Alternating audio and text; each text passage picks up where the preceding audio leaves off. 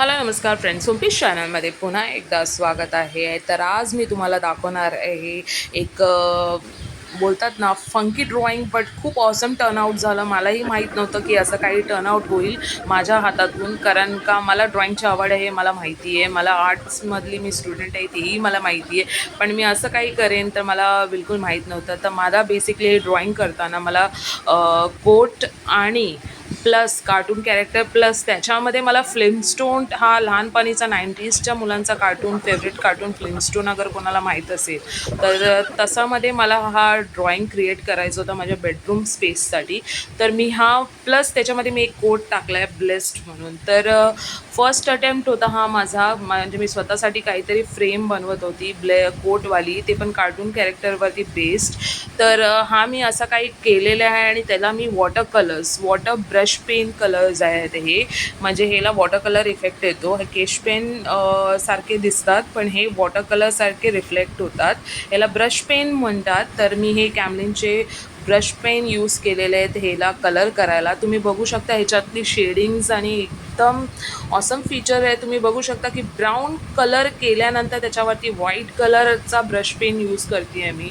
तर तोही ऑसम पणे उठतो आहे. तुम्ही बघू शकता किती भारी शेडिंग होती आहे माझी. म्हणजे मला जसं टेक्स्चर ॲज अ कार्टून कॅरेक्टरला करायचं आहे तसं तो ऑसम उठतो आहे. तर तुम्ही बघू शकता माझं आता फ्लावरकडे मी कलर करायला वळलेली आहे.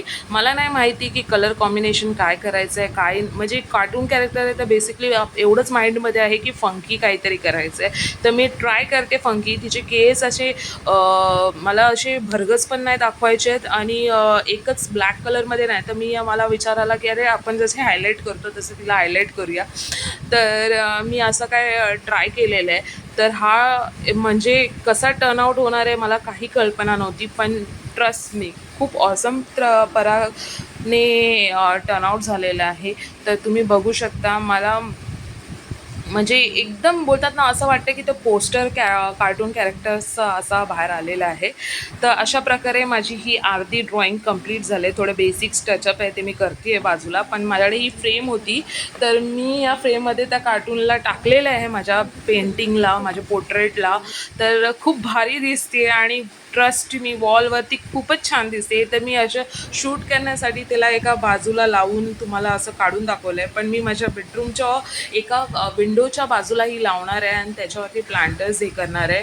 ट्रस्ट मी खूपच छान आले. म्हणजे बाहेरच्या कोट परचेस करण्यापेक्षाही माझी खूप हँडमेड कोट रेडी केलेली आहे आणि खूप ऑसम रेडी झालेली आहे. मलाही खूप आवडली आहे. तुम्हाला कशी वाटली आहे ही नक्की सांगा.